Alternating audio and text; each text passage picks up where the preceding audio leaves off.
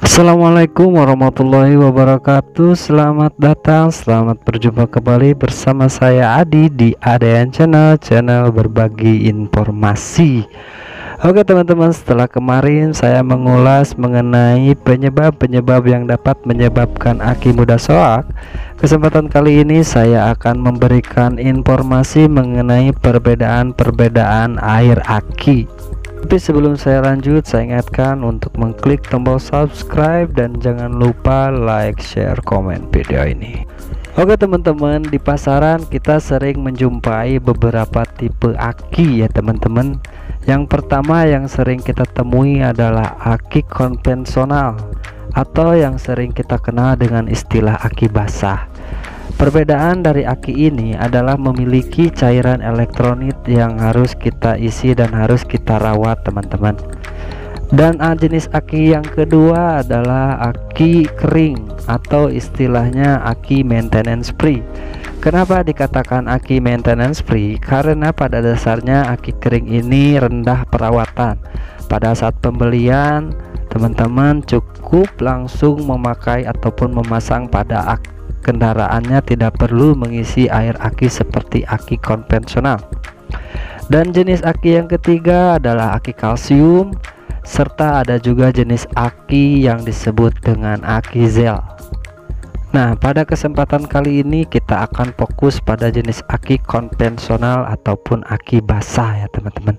Dikatakan aki basah karena pada saat penggunaan aki ini harus terlebih dahulu diisi oleh cairan elektrolit. Nah, pada kesempatan kali ini saya akan menjelaskan ataupun memberi informasi mengenai perbedaan-perbedaan air aki ya teman-teman. Untuk yang pertama, saya akan membahas tentang aki ataupun cairan aki berwarna merah ya teman-teman. Dikatakan cairan berwarna merah bukan berarti warna cairannya berwarna merah ya teman-teman, tapi kemasannya itu berwarna merah ya teman-teman. Karena di pasaran itu air aki biasanya dibagi dua warna dalam kemasan, ada yang warna merah dan ada yang warna biru ya teman-teman. Untuk aki ataupun kemasan yang berwarna merah ini disebut juga dengan aki sir ya teman-teman. Aki ini diperuntukkan pada saat pengisian awal. Jadi buat teman-teman yang ingin membeli aki yang konvensional yang belum terisi air, nah pada saat pemakaian pertama diisinya dengan cairan aki yang kemasannya warna merah ataupun aki sir disebutnya ya teman-teman. Aki sir ini memiliki kandungan asam sulfat atau H2SO4 yang dapat menyimpan serta menyalurkan listrik pada aki ya teman-teman. Dan air aki ini juga dikategorikan aki yang keras ataupun berbahaya karena cairan ini bila terkena pada kulit maka akan menyebabkan iritasi bahkan gatal-gatal. Maka dari itu buat teman-teman yang ingin menggunakan ataupun ingin mengisi akinya dengan cairan yang ini diharapkan untuk tetap berhati-hati. Nah, yang kedua adalah cairan aki berwarna ataupun kemasannya berwarna biru.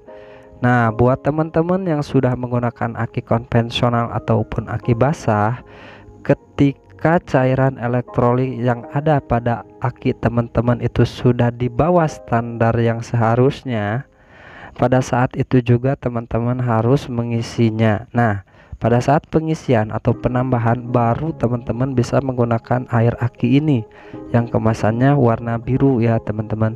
Jadi jangan sampai tertukar karena sifatnya ini hanya sebagai penguat. Jadi teman-teman cukup menambah dengan cairan aki berwarna kemasan warna biru ya teman-teman.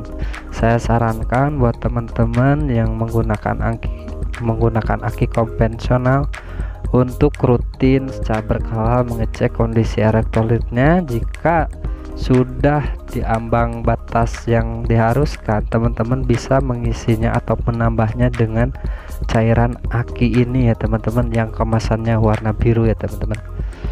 Nah, mungkin itu adalah sedikit perbedaan antara cairan aki kemasan warna merah dan cairan aki kemasan warna biru. Oke teman-teman, mungkin itu aja yang bisa saya jelaskan atau saya berikan informasinya. Mudah-mudahan ada manfaatnya. Demikian, bila taufiq wal hidayah. Assalamualaikum warahmatullahi wabarakatuh.